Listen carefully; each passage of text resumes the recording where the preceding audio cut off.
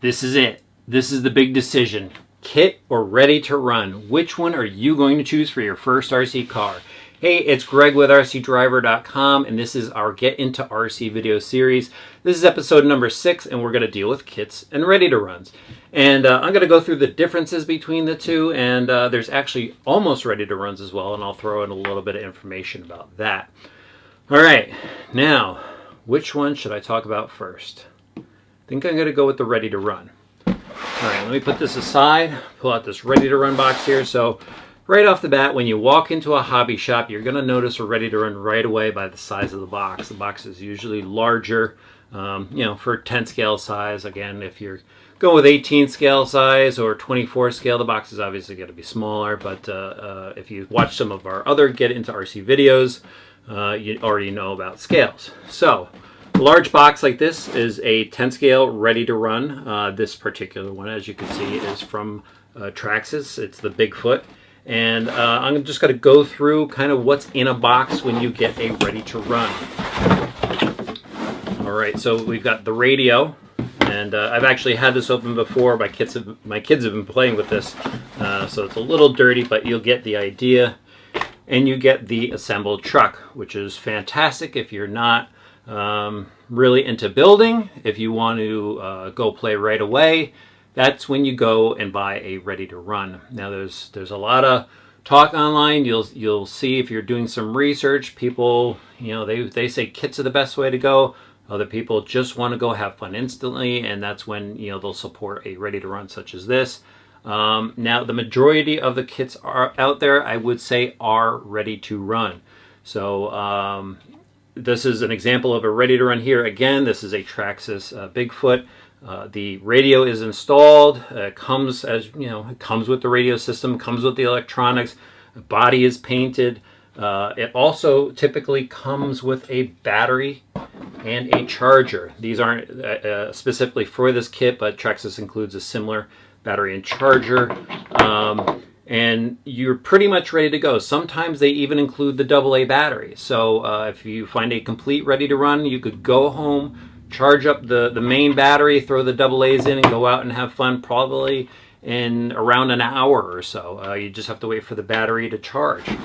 Also included with the ready to runs are, of course, manuals, sometimes some spare parts and stuff like that. This one has shock clips to just preload on the shocks. But everything you need in a ready to run kit is in there. End of story. That's why they call it a ready to run. Okay. So now let's talk about a kit. Move all this to the side. Now this is an example of a kit box, and as you can see, the kit box is kind of smaller. This particular kit is a little bit larger because it's a big truck itself. But when you get when you buy a kit, you get a big box of parts, and you have to do all the assembly yourself. So here's the body. As you can see, it comes clear, and here's the chassis. Here's the tires. Rims are in here. The motor. Everything is separate. This is the drivetrain right here. All these gears. So what you have to do is you have to take the manual, and you have to build it step by step, just like a model kit. So what's really cool about a kit is you get to learn everything about the car. And so let's say later on, if you want to tune the car's suspension, you know what you're doing. If a part breaks, you know easily how to fix it because you built the car. With a ready to run, you could go and fix it yourself. But if you bought a ready to run car because it was pre-assembled, because you don't like assembly, you might find it a little bit more difficult to pull it apart to replace a broken part when that does happen. And some companies, they do include breakdown instruction manuals for ready to runs, but not all companies do, so just be aware of that. So more to talk about with a kit. So you have to assemble it, and as you can see from the clear body, you have to paint it. So you have to buy spray paint when you buy a kit. Now, a lot of kits also do not come with motors or speed controllers. This particular kit came with a motor, but sometimes you need to buy a motor and a speed controller to go with it. There's more. Sometimes you need the radio system. So you need a radio with a receiver. Sometimes you need a servo. If it doesn't come with the radio system you choose, you have to buy a servo separately. You're going to sometimes need a pinion gear for the motor, glue for the tires, charger for the battery, and finally, tools for assembly. So there's a little bit more involved with a kit. But again, you learn everything as you go along, and that way if something happens later on down the road, you're prepared to do it. Now, the other cool part about a kit is that you get to decide what these components are. When you buy a ready-to-run vehicle, you get the equipment that they supply you.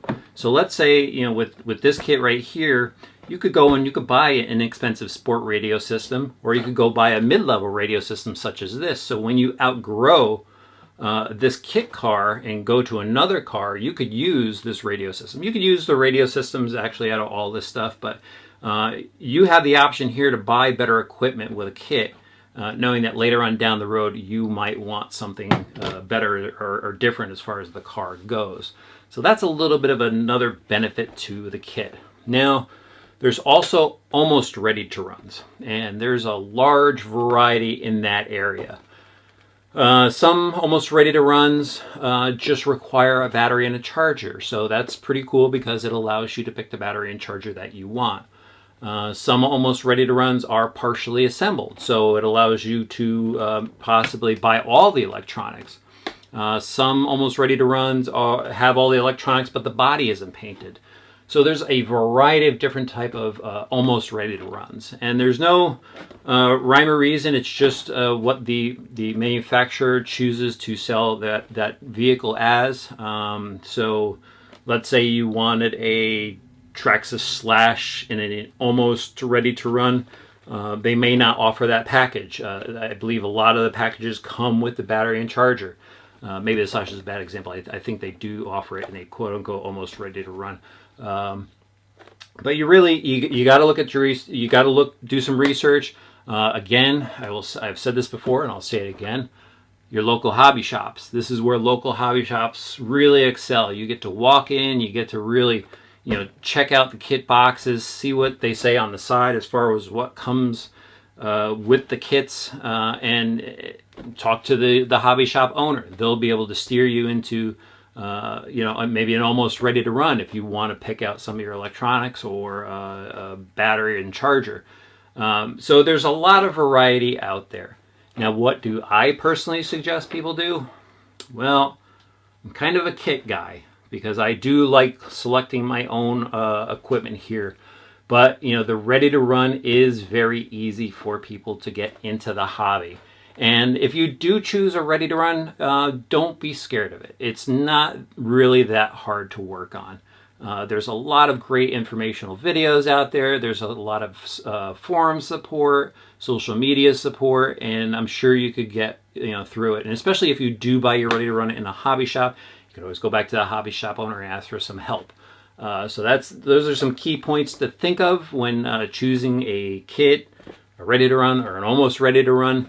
And if you have any other tips or suggestions if you're watching this video, please put it in the comments section below. If you're a newbie and you have more questions, please post them down there as well. We have a great community that's building here on the RC Driver channel, and a lot of help is being passed around in the comments section. And I really appreciate everybody's input there. So, hope you enjoyed this new episode of Get Into RC, and hope it helps you pick what type of kit you want to buy. And if you haven't done so already, please subscribe to our channel. We'd love for you to see more of our videos.